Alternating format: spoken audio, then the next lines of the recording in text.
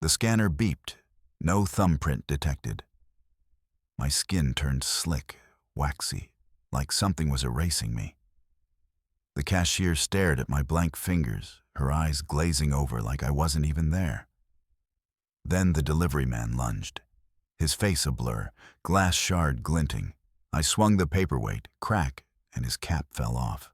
No ears, no nose, just smooth, blank skin. And when Mark looked at him, he saw nothing wrong. The world wasn't just changing, it was forgetting me.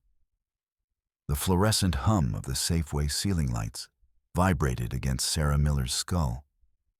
She swiped a carton of almond milk across the glass scanner, the beep echoing like a flat line. At the self-checkout kiosk, the screen pulsed a rhythmic, demanding blue. Please scan your thumb to complete the transaction. Sarah pressed her right hand against the glass plate. The sensor flickered red. Access denied. She wiped her palm on her jeans, the denim rough against her skin, and tried again. The machine remained stubborn. Behind her, a man in a grease-stained parka shifted his weight, his heavy exhales smelling of peppermint and stale coffee. "Come on, lady," he muttered. Sarah stared at the scanner, then at her own hand. A cold prickle surged up her spine. She lifted her thumb to her eyes.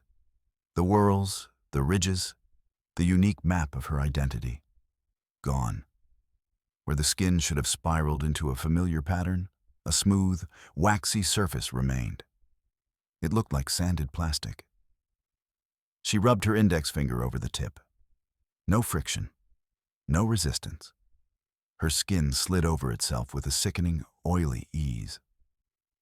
As she watched, a thin, silver line sliced through the center of the blank space. It didn't bleed. Instead, the slit blinked. A tiny, translucent eyelid retracted, revealing a miniature amber iris that swiveled toward her face. The eye in her thumb dilated, locking onto her gaze with predatory focus. Sarah dropped the milk. The plastic jug burst against the linoleum, splashing white liquid across her boots. She didn't stay to clean it. She didn't stay to apologize. The white splash on her leather boots felt like a brand, a mark of the beginning of the end. She stumbled out into the Chicago air, the wind whipping off the lake with a bite that tasted of salt and exhaust. Her heart hammered a frantic rhythm against her ribs, a staccato beat that felt like it was trying to break out of her chest. Every person she passed felt like a threat, every glass window a mirror she was terrified to look into. She reached her car, her breath coming in ragged hitches, and gripped the steering wheel until her knuckles turned the color of bone. The drive to the 12th precinct was a blur of gray concrete and flickering street lights. Sarah kept her right hand clenched in a fist, the tiny eye pressed into the meat of her palm, hidden from the world. She could feel it twitching against her skin, a restless, living thing. The station smelled of floor wax and burnt coffee, a sterile, industrial scent that offered no comfort. She found Mark Stevens at his desk, the rhythmic click-clack of his heavy metal flashlight providing a metronome to the chaos of the room. He was counting under his breath, a low murmur that she knew was his way of holding the world together. "Mark," she said, her voice sounding thin and brittle like old paper. He looked up, his weary eyes blinking slowly. "Sarah, you look like you've seen a ghost. Or 10. I think I'm disappearing, Mark. Look."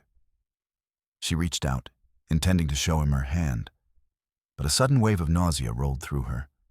The lights above flickered, a sharp, electric pop echoing through the room. Mark turned to his computer, his fingers moving across the keyboard with a practiced ease. "Let's see what we've got," he said, his voice steady. "I'll pull up your file. We'll figure this out." Sarah watched the monitor. For a second, her face appeared, the familiar curve of her jaw, the way her glasses always sat slightly crooked on her nose. Then, The screen began to tear. Digital lines of static cut across her eyes. The text beneath her photo, Sarah Miller, D.O.B. May 12, 1995, started to scramble, the letters turning into nonsensical symbols before vanishing entirely. One by one, her records were being swallowed. Her driver's license, her social security number, her very history was being eaten by the white space of the screen. "Mark, do you see that?" she whispered, pointing a trembling finger at the monitor. Mark frowned, his brow furrowing. "See what? The system's just a little slow today, Sarah. Probably the server acting up. It's like 1,000 fists pounding on the door at once sometimes." "No, it's deleting me. Look, the photo is gone." Mark leaned in closer, his eyes narrowing as he stared at the blank white box where her face had been seconds before. He clicked the mouse repeatedly, the sound sharp and aggressive in the quiet office. That's not right. The data should be right there. It's like a locked door with the wrong key. He looked back at her, and for the first time, Sarah saw a flicker of genuine unease in his expression. "Stay here. I'm going to go talk to the tech guys in the back. Maybe they diverted the flood of data to the backup system." He stood up, his hand automatically going to his flashlight, clicking it on and off. 1, 2, 3. He counted as he walked away, leaving Sarah alone in the middle of the humming hive of the precinct. She sat on the hard plastic chair, her ledger clutched to her chest. She pulled a pen from her pocket and began to write, the scratching of the nib against the paper, the only thing keeping her grounded. Sarah Miller. "I am at the 12th precinct. It is 4:45 p.m. I am wearing a blue sweater." She repeated the words like a mantra, a prayer to a god of ink and paper. A shadow fell over the page. Sarah looked up, expecting to see Mark. Instead, a man in a brown United Parcel Service uniform stood over her. His face was a blur, like a photograph taken with a shaky hand. He didn't have a nose, just a smooth slope of skin where features should have been. In his hand, he held a jagged shard of glass, the edges stained with something dark and viscous. He lunged without a word. Sarah threw herself sideways, the heavy ledger slipping from her lap. The glass shard whistled past her ear, slicing through the air with a sound like tearing silk. She scrambled to her feet, her boots slipping on the polished floor. The attacker moved with a jittery, frame-skipping motion, his body appearing to teleport a few inches at a time. He swung again, the glass catching the light. Sarah's hand flew to the desk beside her, her fingers closing around a heavy brass paperweight shaped like a lion. She didn't think, she just swung. The metal hit the man's wrist with a sickening thud, the sound of bone meeting solid brass. He didn't scream, he didn't even grunt. The glass shard clattered to the floor, shattering into 1,000 glittering diamonds. Sarah lunged forward, her shoulders slamming into the man's chest. He felt cold, like a statue left out in the rain. As he stumbled back, Sarah reached into his pocket, her fingers brushing against a cold, hard object. She yanked it out, a heavy brass key, its surface etched with deep, intricate grooves. The man collapsed against a filing cabinet, the metal groaning under his weight. Sarah stood over him, her breath coming in short, sharp gasps. She reached down and pulled the brown cap from his head. She recoiled, a strangled cry escaping her throat. The man had no ears, no nose, just smooth, pale skin that looked like unpainted drywall. Where his mouth should have been was a faint, pinkish line that didn't seem capable of opening. "Mark, help!" she screamed. Mark came running back into the room, his hand on his holster. He looked at Sarah, then at the man on the floor. He didn't draw his weapon. He didn't even look alarmed. "Sarah, what's going on? Why did you hit this delivery guy?" "Look at him, Mark. Look at his face." Sarah pointed at the featureless mask of the man on the floor. Mark looked down, then back at Sarah, his expression one of confusion and mild annoyance. "He's just a guy, Sarah. Looks like a regular Joe. Probably just trying to deliver a package. You can't just go around attacking people because you're stressed out." "He tried to kill me. He had a glass shard, and his face, he doesn't have a face." Mark sighed, a long, weary sound. He reached down and helped the man to his feet. The attacker stood silently, his blurred face directed toward the floor. "He looks perfectly normal to me, Sarah. Maybe you should go home and get some rest. I'll handle the report." Sarah backed away, the brass key burning a hole in her palm. The air in the station felt thick, like she was breathing underwater. She realized then that it wasn't just her identity that was being erased. The world itself was being rewritten, and she was the only one who could see the edits. She fled the station, the brass key clutched in her hand like a talisman. She didn't go home. Her apartment didn't feel safe anymore. Instead, she drove toward the address she had seen on the key's tag. 1402 Industrial Way, Unit 402. The storage facility was a sprawling complex of corrugated metal and chain-link fences tucked away in a corner of the city where the streetlights were few and far between. The air smelled of damp earth and rust. Sarah pulled up to the gate, her heart hammering.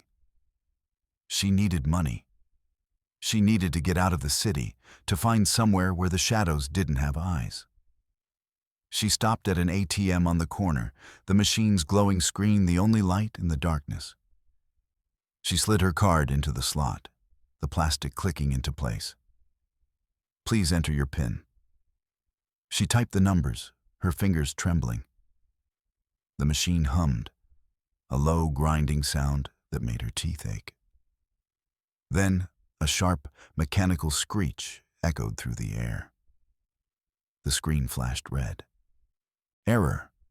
Non-existent user. Card retained." "No," Sarah whispered, slamming her fist against the plastic casing. "No, no, no." She watched as the machine's internal mechanism groaned, the sound of plastic being shredded. A few slivers of her blue bank card fluttered out of the slot like confetti. She was penniless. Her digital life was dead, and now her physical resources were following suit. She drove the rest of the way to the storage facility in a daze. The manager's office was a small, cramped shack that smelled of stale cigarettes and old newsprint. Bill Thompson sat behind a desk, piled high with ledger books, his face a permanent scowl. He was wiping his hands on a greasy rag, his movements slow and deliberate. "Can I help you?" he asked, not looking up. "I need to get into Unit 402, Sarah said, her voice shaking. "I have the key." Bill looked up then, his eyes narrowing as they moved over her face. He didn't seem to see the smoothness of her skin or the way her features were starting to blur. He just saw a girl with a brass key. 402, you say? He turned to a computer on his desk, the monitor flickering with a dull green light. He typed for a moment, then shook his head. "Don't have a 402. Goes from 401 to 403. No 402 in the system." "That's impossible. I'm standing right here with the key. Look." She held up the brass key, the grooves catching the light. Bill didn't even look at it. "I don't care what you've got in your hand, lady. If it's not in the computer, it doesn't exist. Now, if you'll excuse me, I've got work to do." He turned back to his ledgers, muttering under his breath. "Sorry, 301. My mistake, 302. Sarah backed out of the office. the refrigerator hum of the facility's cooling units vibrating through the floor. She knew the unit was there. She could feel it, a physical weight in the air. She walked down the long, narrow corridor of the 4th floor, her boots scuffing against the concrete. She passed 401, then a blank stretch of wall, then 403. She stopped in front of the blank space. It looked like the rest of the wall, corrugated metal painted a dull, industrial gray. But when she reached out and touched it, the metal felt warm. She pressed her hand against the surface, and her fingers didn't stop. They sank into the metal as if it were made of smoke. She pushed harder, her entire arm disappearing into the wall. With a sudden, violent lurch, the world shifted. The blank wall dissolved, revealing a heavy steel door with the number 402 painted in fading white letters. She slid the brass key into the lock. It turned with a satisfying click. The unit was filled with boxes, stacked floor to ceiling. The air was thick with the scent of lavender and old books, the smell of her grandmother's house. Sarah began to tear through the boxes, her hands moving with a frantic energy. She found old clothes, photo albums with faces that were already starting to fade, and a bundle of letters tied with a piece of black ribbon. She pulled the letters out, her heart racing. They were addressed to her grandmother, Evelyn, from a man named Dr. Lawrence Hayes. Evelyn, the first letter began, the handwriting a sharp, elegant script. The process is accelerating. The girl is showing signs. We must move to the next phase before the void realizes what we've done. Sarah's fingers brushed against the ink, and she gasped. The letters were dissolving. As her skin touched the paper, the black ink turned to liquid, running down the page like tears. Within seconds, the words were gone, leaving only blank, white parchment. "No!" she cried, grabbing another letter.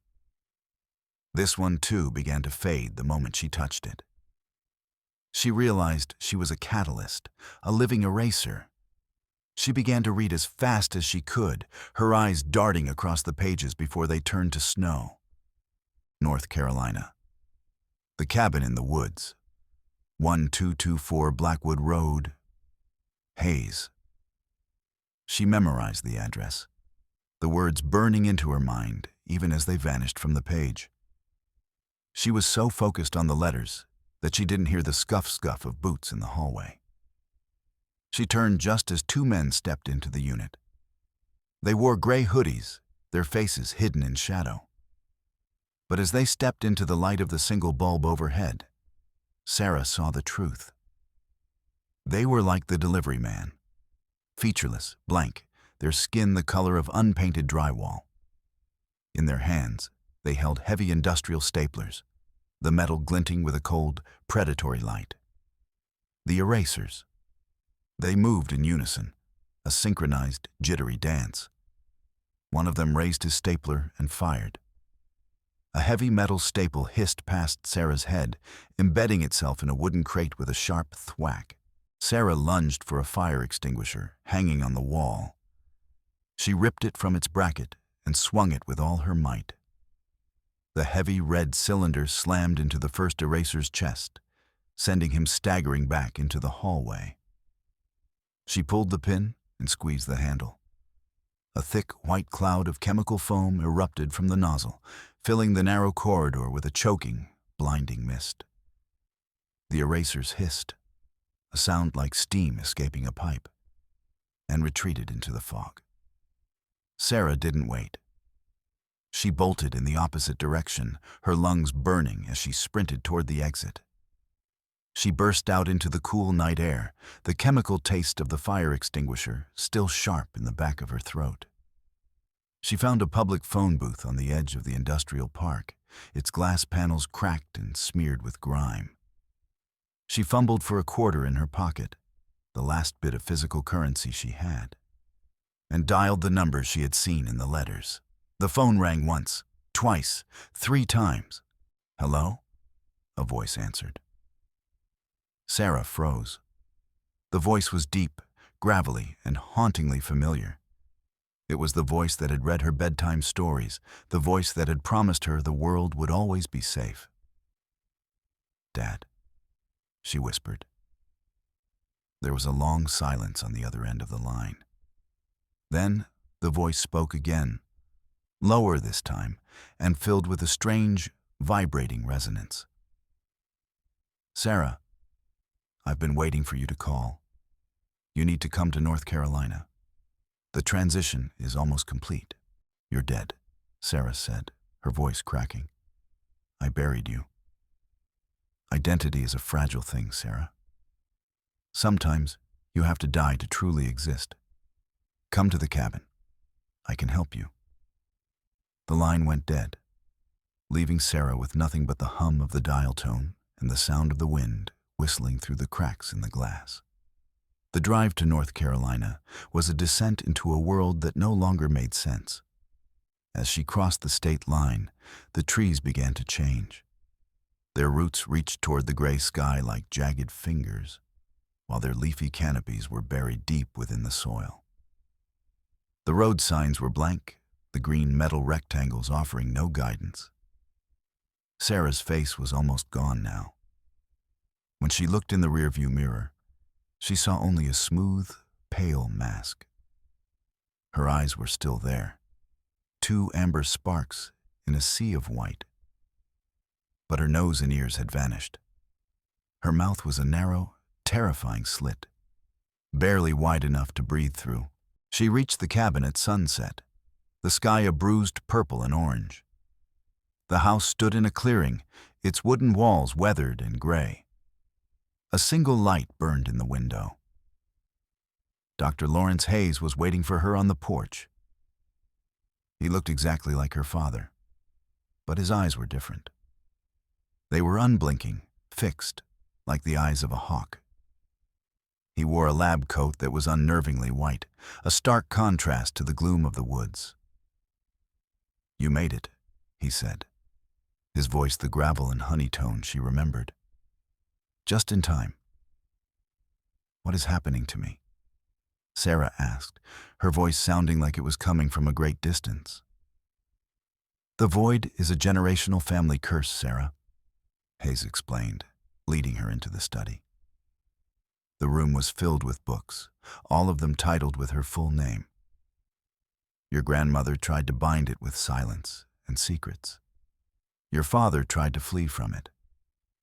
But the void cannot be ignored. It demands a vessel. He reached into a drawer and pulled out a ritual dagger and a spool of obsidian thread. "There is a way to stop the erasure. We must bind the entity back into your grandmother's body. I have exhumed her. She is in the cellar. We must perform the ritual before the last of the sun's light fades. If we fail, you will become a hollow shell forever." Sarah looked at the dagger, its blade dark and hungry. "And this will work? I'll be me again?" "It is the only way," Hayes said, his voice filled with a strange, urgent heat. "Trust me, Sarah. I'm your father." Subverted beat 3.2. Sarah looked at the man, who wore her father's face, her mind racing. Every instinct told her to run, to flee back into the upside-down woods. But where would she go? Her bank accounts were gone, her fingerprints had vanished, and her very face was becoming a blank canvas. This man, this doctor, was the only link she had left to a reality that recognized her name. The ritual he described was gruesome, yes, but it possessed a certain ancient, terrifying logic. Binding the curse back to its source, to the woman who had spent her life trying to stitch the family's secrets shut, felt like the only way to close the circle. "Tell me what to do," Sarah said, her voice a thin rasp through the slit of her mouth. Hayes smiled, a warm, fatherly expression that made Sarah's heart ache with a sudden, sharp hope. "That's my brave girl. We need to prepare the thread. It must be soaked in the blood of the lineage to create the bond. He handed her the obsidian thread, its surface cold and oily against her skin. I've already prepared the cellar. Everything is ready. Once the thread is set, the void will have no choice but to return to the vessel we've chosen. Sarah felt a wave of relief wash over her. For the first time in days, the crushing weight of the unknown seemed to lift. She began to work with the thread, winding it around the ritual dagger as Hayes instructed. The process was rhythmic, almost meditative. She could feel the power of the object growing, a physical warmth that seemed to push back the encroaching shadows of the room. Hayes stood over her, his hand resting on her shoulder, his presence a steady anchor in the storm. "You're doing perfectly, Sarah," he whispered. "Almost there." She finished the final knot, the obsidian thread glowing with a faint, pulsing light. She looked up at Hayes, a smile starting to form on her featureless face. "I did it. It's ready." Hayes took the dagger from her hand, his fingers brushing against hers. His smile didn't fade, but something in his eyes shifted. The warmth was replaced by a cold, clinical detachment. He didn't move toward the cellar door. Instead, he stepped back, the dagger held loosely in his hand. "Yes," he said, his voice now layered with a distorted, hollow echo. "It is ready, but not for Evelyn." Sarah froze. The air in the room suddenly felt frigid, the fire in the hearth turning a sickly pale green. "What do you mean? You said we were binding it to her." Hayes laughed, a sound like dry leaves skittering across a grave. "The void doesn't want a corpse, Sarah. It wants a living, breathing identity. It wants you. The ritual wasn't meant to save you. It was meant to prepare you, to soften the edges of your soul so the void could slip inside more easily." He gestured to the room around them. The books on the shelves began to bleed, the ink of her name running down the spines in thick, black rivers. "I'm not your father, Sarah. I'm just the skin he left behind. I've been a vessel for a long time, and I'm tired of the ticking. I need a new life, a real life, and you've just given it to me." Sarah tried to stand, but her legs felt like lead. The obsidian thread she had so carefully wound was now glowing with a malevolent, purple light, and she realized with a jolt of horror that she was the one bound to the dagger, not the entity. She had built her own cage, stitch by agonizing stitch. "You lied to me," she whispered, the realization hitting her like a physical blow. "I gave you hope, Sarah," Hayes said, his voice now entirely the distorted echo. "It's the most effective tool for breaking a spirit. Now, let's go meet your destiny." He lunged forward, his movement a blur of motion. Before Sarah could react, a towering shadow version of herself manifested in the center of the room. It was 10 feet tall, its body made of swirling, black smoke, its eyes 2 burning embers of amber light. It let out a low-frequency funeral dirge that made Sarah's teeth vibrate in her skull. The shadow Sarah lunged at her, its claws made of solidified darkness. Sarah scrambled back, her hand catching on a heavy iron fireplace poker. She swung it with a desperate, animal strength, the metal whistling through the air. It passed through the shadow's chest with a sound like a wet cloth being torn. But the entity didn't slow down. It slammed into her, throwing her across the room. Sarah hit the wall with a bone-jarring impact, her vision swimming. She could feel the cold of the void seeping into her skin, a numbing, hollow sensation that threatened to swallow her whole. Hayes stood by the cellar door, watching the struggle with an unblinking gaze. "Give in, Sarah. It's easier if you don't fight." "Never!" Sarah screamed, pushing herself to her feet. She lunged at the shadow again, the fireplace poker glowing with a sudden, brilliant white light. She struck the entity's head, and this time, the metal connected. The shadow Sarah let out a shriek that shattered the glass in the windows, and for a moment, it dissipated into a cloud of black soot. Sarah turned to Hayes, her eyes blazing. But before she could move, he was on her. He was stronger than he looked, his hands like iron bands around her wrists. He dragged her toward the cellar door, his voice a gravelly snarl. "You're going down, Sarah. The void is hungry, and you're the main course." He threw open the cellar door and shoved her inside. Sarah tumbled down the wooden stairs, her body hitting the cold, damp stone floor with a sickening thud. The door slammed shut above her, the sound of the bolt sliding into place echoing through the darkness like a gunshot. "Enjoy the silence, Sarah," Hayes shouted through the wood. "Once the sun is gone, you'll be nothing but a memory, and I'll be the one who remembers." Sarah lay on the floor, the darkness pressing in on her from all sides. She could feel the last of her facial features vanishing, her skin turning into a seamless silver mask. She was a nameless ghost in a basement, with no way out. But then, she felt it. A vibration in the floorboards. The shadow entity was still there, and it was clawing its way through the wood, its hunger unabated. Sarah sat up, her fingers brushing against something sharp in the darkness. A shard of broken glass from the window.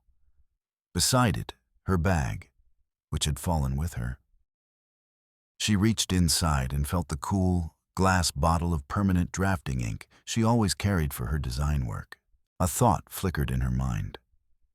A spark of defiance in the encroaching gloom. The void consumed identity, yes.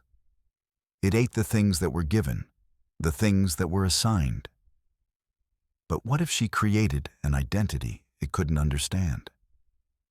She unscrewed the cap of the ink bottle, the scent of chemicals and old paper filling her lungs. She took the glass shard and pressed it against her forearm. The pain was sharp, immediate, and wonderfully, gloriously real. She began to carve, the glass slicing through her waxy skin. She didn't draw her name. She didn't draw her face. Instead, she began to tattoo intricate, interlocking Celtic knots into her flesh, the permanent ink seeping into the wounds. The knots were a code of her own making, a geometry of resistance. They were deep, jagged, and indelible. As the ink hit her bloodstream, she felt a jolt of energy, a surge of presence that made the shadows in the cellar recoil. The shadow entity burst through the floorboards, its amber eyes fixed on her. It lunged, its claws reaching for her throat. But as it touched her skin, it let out a scream of agony. The permanent markings on her arms were like white-hot brands to the creature, a code it couldn't process or erase. Sarah stood her ground, her arms glowing with a fierce, dark light. "I am not a vessel," she screamed, her voice now a powerful, resonant boom. "I am the mark that cannot be removed." The entity shivered, its form beginning to unravel. It turned its gaze toward the cellar door, toward the man who stood on the other side. Hayes was screaming, his borrowed skin starting to fray and peel away from his body. The void realized its mistake. It didn't want the girl with the permanent mark. It wanted the hollow man, the one who had already given up his soul. The cellar door shattered as the shadow entity lunged upward, its form merging with Hayes's in a violent explosion of black light. Sarah watched as the man who wore her father's face dissolved into nothingness, his screams fading into a low, vibrating hum. The cellar was silent. The darkness was no longer oppressive. It was just empty. Sarah climbed the stairs, her body aching, her arms stained with blood and ink. She stepped out onto the porch, the first rays of the moon silvering the woods. A man was standing in the clearing, his back to her.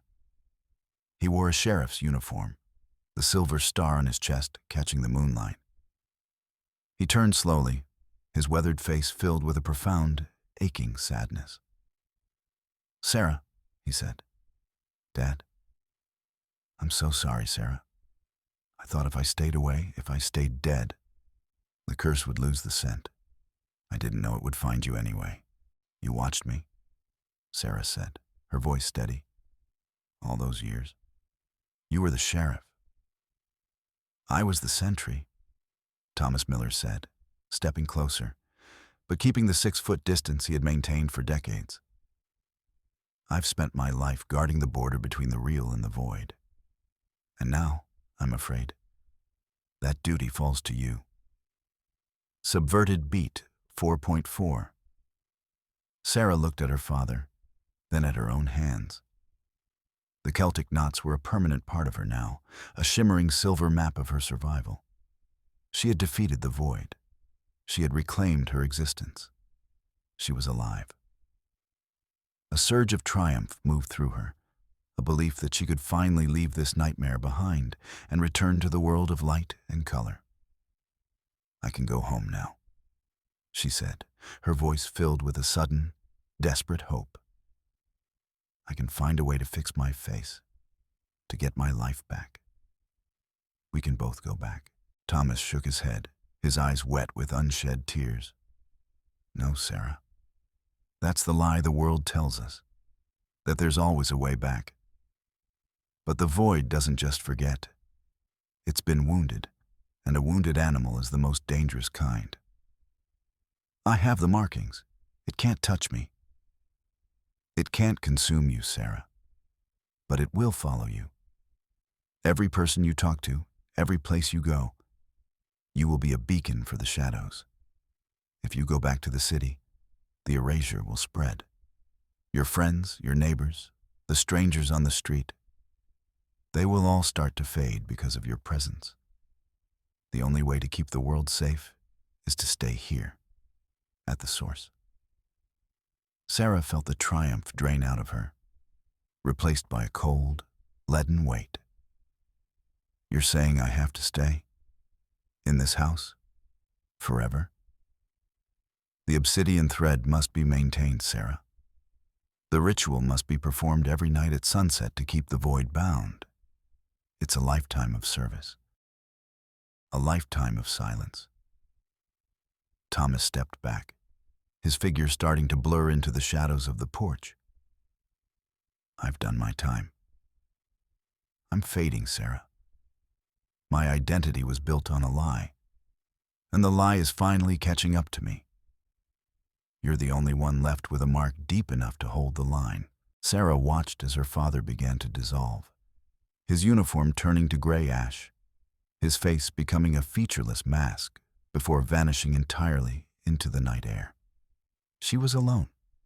She walked into the farmhouse, the floorboards groaning under her feet. She sat on the porch swing, the wood cold against her skin. She looked out at the woods, at the upside-down trees and the blank road signs. This was her world now, a world of shadows and secrets, where she was the only thing that was truly real. She picked up a pen and a new ledger she had found in the study. She began to write, the scratching of the nib and the only sound in the stillness of the North Carolina night. Sarah Miller. I am the guardian of the thread. I have no face, but I have a name, and I will not be erased. She settled into the rhythm of the house, her skin a permanent shimmering silver, her eyes fixed on the horizon, waiting for the first sign of the featureless faces in the static. She was the anchor. She was the mark. And as long as she remained, the world would continue to turn, oblivious to the woman who had given everything to keep the silence at bay.